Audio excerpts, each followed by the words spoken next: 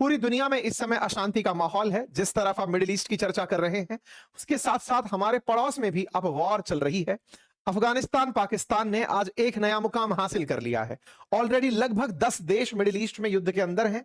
Iran के just उत्तर में बैठा अफगानिस्तान पाकिस्तान के साथ अब झगड़ रहा है।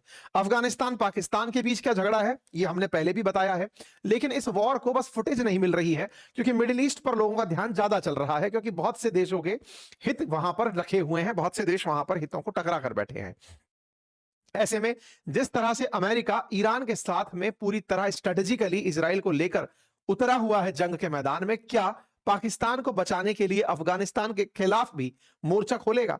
क्योंकि ईरान को साथ साथ टारगेट करते करते अमेरिका क्या अफगानिस्तान में भी बम्बार्डमेंट की प्लानिंग करेगा? ये सारी जानकारी आज के सेशन में हम आपके साथ साझा करेंगे।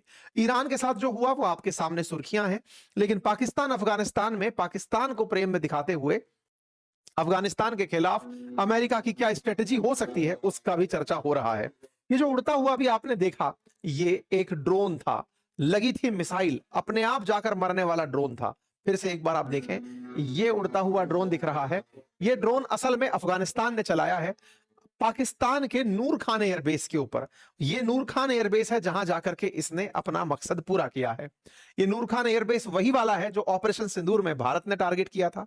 ये वही वाला नूर खान एयरबेस है जहां पर अमेरिका के हित सबसे ज्यादा सुरक्षित बताए जाते हैं। कहा जाता है कि वहां पर अमेरिकियों ने कुछ गुप्त रूप से रखा हुआ है। शायद भारत का नूर खान एयरबेस ही टारगेट करना वो अमेरिका को पिंच करने वाली हरकत थी, जिसके बाद वो अमेरिका पाकिस्तान के साथ हो लिया कि चलो अब तुम्हारी इज्जत बचाएंगे। कारण सिंपल, क्योंकि भारत ने नूर खान टारगेट किया था। अफगानिस्तान ने भी जैसे ही नूर खान टारगेट किया, सवाल बना क्या भारत तो साथ नहीं दे रहा है अफगानिस्तान का कि सुनो यहां पर जाओ, तब जाकर के इनकी नस दबेगी। सारी बातों का आज के सेशन में विश्लेषण होगा। तालिबान ने मल्टीपल मिलिट्री बेसिस को टारगेट किया है पाकिस्तान में। पाकिस्तान की चिंताएं लगातार बढ़ रही हैं, क्योंकि अब भारत पाकिस्तान के बीच समझौता कराने वाले डोनाल्ड ट्रंप नहीं है। क्योंकि जिस तरह से अफगानिस्तान के अंदर हालात हैं, पाकिस्तान ये जानता है कि अफगानिस्तान ने अमेरिका को 20 साल बाद बाहर निकालकर फेंका था। ऐसे में अब पाकिस्तान को बचाने कौन आएगा, ये बड़ा सवाल है। और ये बड़ा सवाल तब ज्यादा बड़ा हो जाता है जब पाकिस्तान के राष्ट्रपति का बयान आ जाए कि भारत सेकंड युद्ध की तैयारी कर रहा है और उस तैयारी में वो प्रॉक्सी के रूप में अफगानिस्तान को लेकर चल रहा है। हम चाहते हैं कि भारत नेगोशिएशन टेबल पर आकर बातचीत करे। इसका मतलब यह है कि पाकिस्तान दो फ्रंट पर वॉर नहीं झेल पाएगा।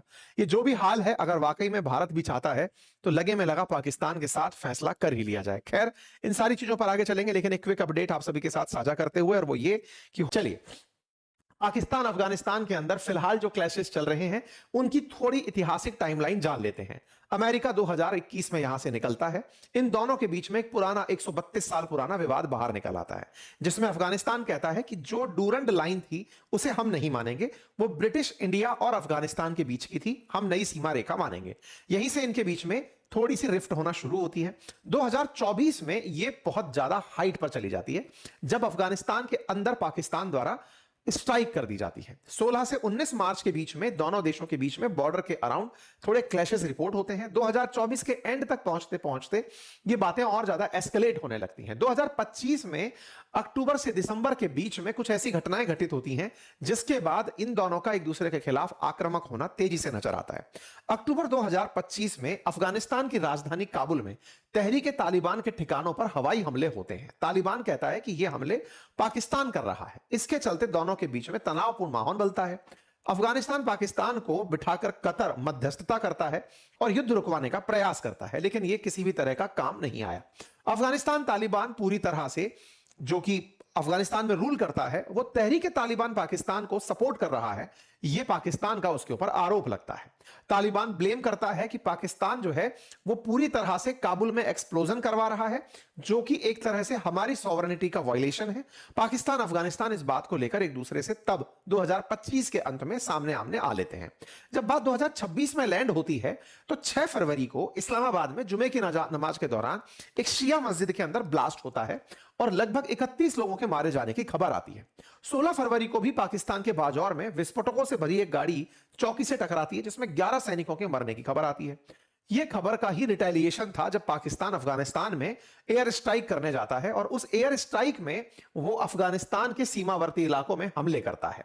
22 फरवरी को यह हमले शुरू होते हैं, सीमावर्ती इलाकों में एयर स्ट्राइक होती है और पाकिस्तान में यह माहौल बनने लगता है कि यह भारत के कहने पर अफगानिस्तान हमारे देश में आतंकी हमले कर रहा है। खैर, पाकिस्तान ने लगभग 70 टेररिस्ट मार दिए, इस तरह की मीडिया रिपोर्ट फरवरी 22 को आना शुरू होती है। ये जो एयर स्ट्राइक थी, ये अफगानिस्तान के बॉर्डर एरियाज में थी। जब ये बॉर्डर एरियाज में एयर स्ट्राइक चल रही थी, अफगानिस्तान ने सीधे सीधे इसे अपनी संप्रभुता का उल्लंघन माना और ऐसे में पाकिस्तान पर रिटेलिएटरी एक्शन करना शुरू किया।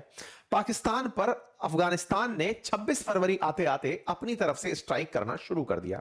अफगानिस्तान ने पाकिस्तान के खिलाफ तत्काल प्रभाव से जो रिएक्शन दिए, उसके साथ ओपन वॉर शुरू हो गई, क्योंकि पाकिस्तान के जो राष्ट्र रक्षा मंत्री हैं, उनका बयान आया कि अब हम युद्ध में एंट्री कर चुके हैं। पहले वो मार रहा था, फिर वो मार रहा था, फिर वो मार रहा था, फिर वो मार रहा था, बोले नहीं, अब लगातार वॉर की स्थिति है। वॉर की स्थिति में पाकिस्तान अफगानिस्तान के भीतर काबुल, कंधार, काफी प्रमुख स्थानों को टारगेट बनाता है, एयर स्ट्राइक करता है। एयर स्ट्राइक की खबर जैसे ही बाहर आती है, तुरंत भारत पहुंच जाता है। भारत अफगानिस्तान से कहता है कि आपके साथ ये गलत हो रहा है, आपको यहीं नहीं रुकना चाहिए। अफगानिस्तान फिर आगे निकलता है और वो पाकिस्तान में एयर स्ट्राइक करने निकलता है, अपनी तरफ से ड्रोन के हमले करने निकलता है। उन्हीं के क्रोनोलॉजी में अफगानिस्तान की तरफ से पाकिस्तान के नूर खान एयरबेस को टारगेट किया गया। ये वही नूर खान एयरबेस है जो ऑपरेशन सिंदूर के दौरान सुर्खियों में आया था, जब भारत ने पाकिस्तान के अंदर कई एयरबेसेस को निशाना बनाया था। उनमें से नूर खान एयरबेस भी सुर्खियों में था। यह हमला अफगानिस्तान के बगराम एयरबेस से किया गया। बगराम एयरबेस पहले अमेरिकियों के पास था। यह विशालकाय एयरबेस है जो फिलहाल तालिबान के कब्जे में है। अमेरिकियों का मिडिल ईस्ट में सबसे बड़ा एयरबेस बगराम एयरबेस था, लेकिन जब अमेरिका यहां से निकला तो बगराम को खाली छोड़कर चला गया। वो तब से अब अफगानिस्तान यानी तालिबान के कब्जे में है और वो यहीं से ही हमला किया। कहां किया? नूर खान पर किया। नूर खान पाकिस्तान का वो एयरबेस है जहां पर संभावित है कि अमेरिका का कोई हित है। बलूचिस्तान के क्वेटा में 12वीं कोर का मुख्यालय है। खैबर पख्तूनवा के मोहम्मद क्षेत्र का एक सैन्य कैंप है। इन सभी क्षेत्रों को निशाना बनाया गया। अफगानिस्तान के इस बगराम से इस प्रकार के ड्रोन्स और मिसाइल उड़ा करके सेना के मुख्यालयों को निशाना बनाने के लिए चला दी गई। तस्वीरें बाहर निकल कर आती हैं, साफ साफ कहा जाता है कि हमने नूर खान एयरबेस रावलपिंडी, हेडक्वार्टर जो क्वेटा में है, इसी तरह से ख्वाजाई कैंप जो है उसको खैबर पख्तूनवा में, इन सबको टारगेट किया। अफगानिस्तान ने यह सारी जानकारी पब्लिक को दी। बिल्कुल वही स्ट्रेटजी जो भारत ने पाकिस्तान के खिलाफ अपनाई थी, अफगानिस्तान ने भी एग्जैक्टली इनके एयरबेसेस को टारगेट किया। यह वही जगह है जिसके बारे में नूर खान एयरबेस पर कहा जाता है कई बार कि यहां पर यूएस का कंट्रोल है इनडायरेक्टली। लेकिन हां, कुल मिलाकर के यूएस की एम्बेसी के अंदर भी ये सब चीजें चल रही थी और हमने इसके बारे में पहले भी आपको 2025 में भी खबर दी थी। ये सारी बातें निकल कर आती हैं। पाकिस्तान का नूर खान एयरबेस अभी कुछ दिन पहले ही रिपेयर होकर निकला था, लेकिन अब जैसे ही यहां पर दोबारा हमले हुए हैं, भारत के इन्वॉल्वमेंट का पाकिस्तान ढिंढोरा और पीटना शुरू कर रहा है। तालिबान ने जो भी किया वो कुल मिलाकर के उधर से किया जो अमेरिका के कंट्रोल में होने वाला बगराम एयरबेस था। बगराम से निकल करके नूर खान तक का जो हमला है, ये पूरी तरह से पाकिस्तान के बहाने अमेरिका को संदेश देने की तैयारी है कि तुम बगराम चाहते थे, उससे हम हमला कर रहे हैं, तुम नूर खान में हो, हम उसे टारगेट कर रहे हैं। कुल मिलाकर पाकिस्तान को पिटवाना हो, अंतरराष्ट्रीय बेइज्जती करनी हो, अफगानिस्तान भरपूर कर रहा है। हाल ही के दिनों में आपने एक चीज और ऑब्जर्व की होगी कि जो पाकिस्तान के अंदर अमेरिकी एम्बेसी है, वहां पर प्रदर्शन चल रहे हैं। लगभग 12 लोगों की जान जा चुकी है। वो प्रदर्शन असल में अमेरिका के खिलाफ है। अमेरिका के जो कमांडो अंदर बैठे हैं वो गोली चला रहे हैं। पाकिस्तान उनके खिलाफ कुछ नहीं कर पा रहा है। पाकिस्तान अफगानिस्तान में लगभग 400 लोग मार दिया है, ये क्लेम कर रहा है। तालिबान कहता है कि हमारे 8 से लेकर 13 के बीच में कुछ लड़ाके मारे गए हैं। तुम्हारे पास कोई प्रमाण नहीं, लेकिन हमने तुम्हारा कितना नुकसान पहुंचाया उसके हमारे पास वीडियो फुटेज और प्रमाण है। अफगानिस्तान बकायदा ये सारी चीजें जारी कर रहा है। युद्ध के इस दौर में जहां पूरी दुनिया इस समय ईरान का और इजराइल का और मिडिल ईस्ट का इन्वॉल्वमेंट देख रही है, वहां पर अफगानिस्तान पाकिस्तान भी काफी सिग्निफिकेंट जंग में है, उसका भी ध्यान दिया जाना जरूरी है।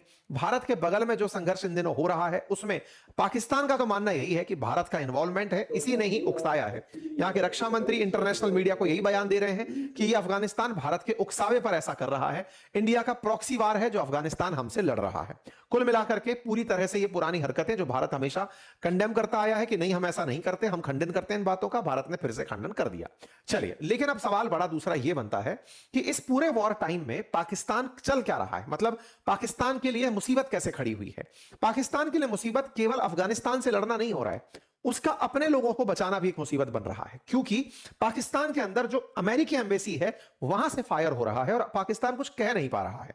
राष्ट्रपति इनके परेशान होकर के खुद बयान दिए कि रीजनल सिक्योरिटी के लिए भारत से बातचीत जरूरी है। भारत फिर से दूसरे युद्ध की तैयारी कर रहा है। एक वीडियो बाहर निकल कर आता है और अगर भारत वाकई में कहता है कि क्षेत्र में शांति होनी चाहिए तो शांति के लिए वार्ता जरूरी है। आइए वार्ता करते हैं। इंटरेस्टिंग था कि जो पाकिस्तान ईरान के लिए खड़ा रहने की बातें करता था, वो पाकिस्तान ना सऊदी के साथ खड़ा दिखा, ना ईरान के साथ खड़ा दिखा। मजबूरन इसराइल के खिलाफ बोलने वाला पाकिस्तान भी आज इसराइल के खिलाफ भी कोई बयान देता नहीं दिखा। आज पाकिस्तान के अगर सोशल मीडिया पर जाएंगे तो जम्मू कश्मीर जो उनका हमेशा का एक एजेंडा रहा है, उसके ट्वीट्स इनके राष्ट्रपति की स्क्रीन पर डले हैं। कुछ भी तरीके से पाकिस्तान प्रतिक्रिया तक देने की स्थिति में नहीं है। समझ नहीं आ रहा है कि वो किसके खिलाफ बोले।